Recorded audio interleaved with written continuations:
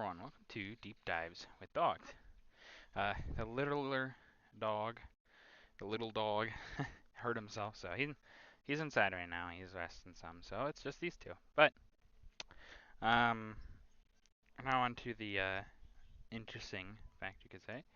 Well, we're going to talk about the use of gas during the First World War as a weapon.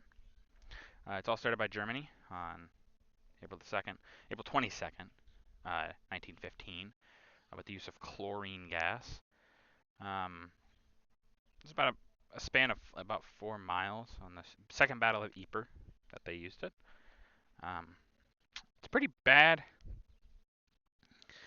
attack, and especially what chlorine gas does, it gets in your lungs, and horrible things. It's not the worst gas I would say during this war. I'd say mustard gas is a little worse. It can get through things, but yeah. But anyway, the Germans are the ones that start the whole gas usage, but don't let the Brits and the French fool you. Well, they'll make sure they use it just as much. Um, this war, the Great War, is definitely a war of many technological and warfare transitions. Um, Heck, when they started this war, there was cavalry charges and things like that. That died out really quickly. A lot of the old ways of battle, this is how this war started, and very quickly those disintegrated into trench warfare, which is the warfare that will probably last the centuries, because when you have projectile weapons, specifically fast-moving projectile weapons like guns, trenches are really nice. But yeah, the use of gas, it does get banned more or less after this war. People still use it during the Second World War, of course. It happens, but it's not to the same degree amount of usage really. The usage is definitely much, much lower compared to the usage during this war, during the Great War here. Um, there's a few other uh, things with this gas too that are kind of interesting, maybe little factoids. Um, for instance, there's a leading theory, not leading, but a theory that one of the reasons our old painter Adolf became so crazed by the time of the Second World War, and even obviously a little bit before that, with certain things, is because of a gas attack he sustained during this war. Um, it the theory is basically that it messed with his brain chemistry for the bit of seconds where his oxygen was kind of deprived and his lungs were filled with gas, and it in turn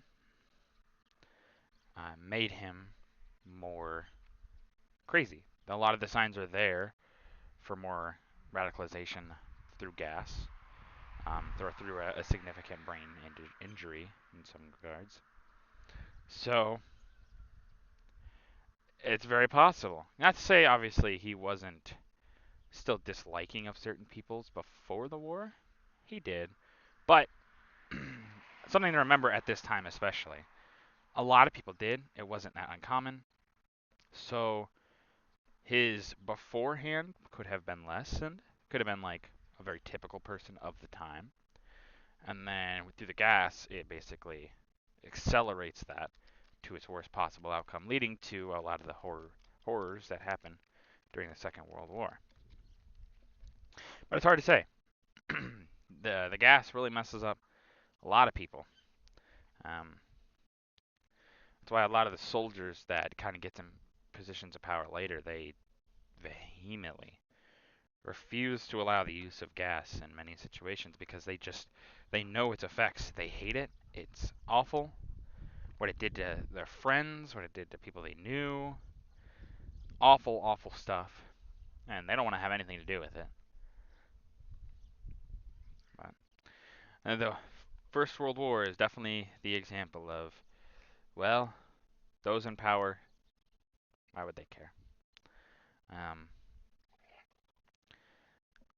they'll throw as many bodies at a situation as they are able to. And if it means, well, the soldiers might suffer some horrific ways, who cares? Not them, that's for sure. But that's going to do it for this video. Kind of a shorter one. Obviously, there's things you could talk about with gas. You could talk about the chemical makeup of them and things like that, but don't really think that's quite as necessary. But, yeah. So if you guys liked the video, leave a like. If you have any ways I can improve these videos, leave a comment down below. It really does help out. And as always, subscribe. It really helps out the channel. Thank you.